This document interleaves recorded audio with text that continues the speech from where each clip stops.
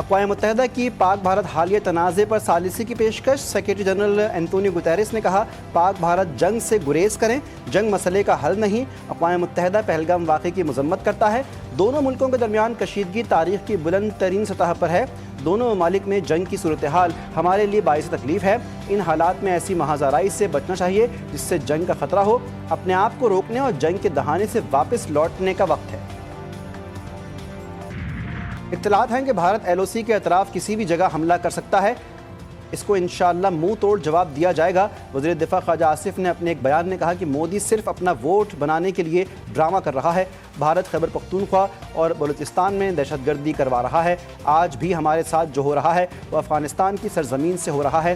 بلوچستان ہو یا خیبر پختونخوا، وہاں دہشت گردی افغانستان سے ہوتی ہے، پیچھے بھارت ہے۔ پاکستان کو واضح پیغام دینا چاہیے کہ اگر بھارت نے مہم جوئی کی تو اسے نیست و نابود کر دیا جائے گا۔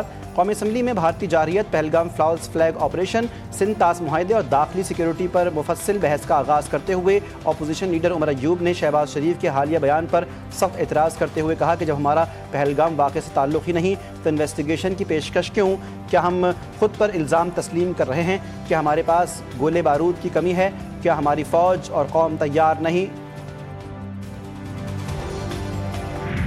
سیکیورٹی فورسز کی خیبر پختونخوا میں مختلف کارروائیاں، 8 خوارج ہلاک، مقابلے میں ایک فوجی جوان شہید۔ ISPR کے مطابق خیبر پختونخوا اور بنوں میں جھڑپیں ہوئیں جن میں 3 خوارج ہلاک ہوئے۔ میر علی میں خفیہ اطلاع پر آپریشن میں بھی 3 خوارج ہلاک ہوئے۔ جنوب وزیرستان میں آپریشن کے دوران 2 خوارج مارے گئے۔ ہلاک خوارج سیکیورٹی فورسز اور شہریوں پر حملوں میں ملوث تھے۔ آپریشن کے دوران اسلحہ، گولہ بارود اور بارودی مواد برآمد کیا گیا۔ قومی خود مختاری پر حملہ ہوا تو بھرپور جواب دیں گے، دشمن عناصر کے مذموم عزائم ناکام بنائیں گے۔ سپہ سالار کا 2 ٹوک پیغام۔ آرمی چیف سے نیشنل ورکشاپ بلوچستان کے شرکاء کی ملاقات۔ Army chief general Asim Munir نے واضح کیا کہ دشمن عناصر بلوچستان میں خوف و انتشار پھیلانا چاہتے ہیں، انہیں کامیاب نہیں ہونے دیں گے۔ غیر ملکی اسپانسرڈ دہشت گردی بلوچستان کی سیکیورٹی کے لیے سنگین خطرہ ہے۔ دہشت گردی کسی مذہب، فرقے یا نسل کو نہیں جانتی، قومی یکجہتی کے ساتھ مقابلہ کریں گے۔ پاکستان خطے اور اس سے باہر امن کا خواہاں ہے، دہشت گردی کے خلاف جنگ جاری رہے گی۔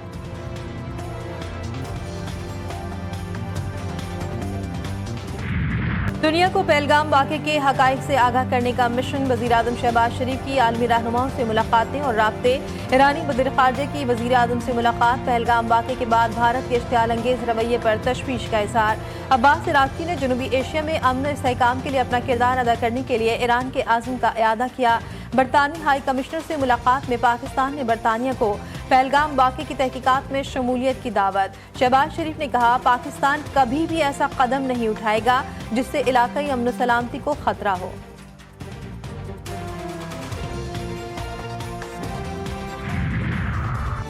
بھارت کے جارحانہ اقدامات سے علاقائی امن و استحکام کو خطرہ۔ صدر مملکت کا مذاکرات اور سفارتکاری کے لیے پاکستان کے عزم کا اعادہ۔ صدر زرداری سے ایرانی وزیر خارجہ سید عباس عراقچی کی ملاقات۔ پہلگام واقعے کے بعد پاکستان اور بھارت کے درمیان جاری کشیدگی پر تبادلہ خیال۔ ایرانی وزیر خارجہ کی خطے کے معاملات پر پاکستان کے ساتھ مل کر کام کرنے کی یقین دہانی۔ چینی سفیر نے بھی ہر مشکل گھڑی میں پاکستان کا ساتھ دینے کا یقین دلایا۔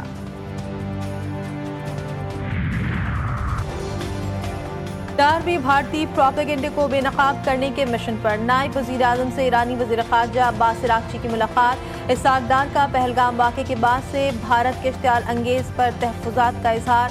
ڈار نے پہلگام واقعے کی شفاف اور غیر جانبدارانہ تحقیقات کے مطالبے کا اعادہ کیا۔ روسی وزیر خارجہ سے بھی ٹیلی فونک رابطہ۔ روسی وزیر خارجہ کا خطے کی صورتحال پر اظہار تشویش۔ دنیا بھر میں بھارتی جارحیت بے نقاب۔ سندھ طاس معاہدے کی معطلی ناقابل قبول۔ سلامتی کونسل میں بھارت کے جارحانہ اقدامات کے خلاف بھرپور آواز اٹھائی جائے گی۔ وزیر اعظم کی بلاول بھٹو سے ملاقات میں گفتگو۔ کہا پاکستان اپنے دفاع کے لیے منہ توڑ جواب دینے کی صلاحیت رکھتا ہے۔ پیپلز پارٹی کے وفد کی بھارتی جنگی عزائم دنیا کے سامنے رکھنے پر حکومت کی سفارتی کوششوں کی تعریف۔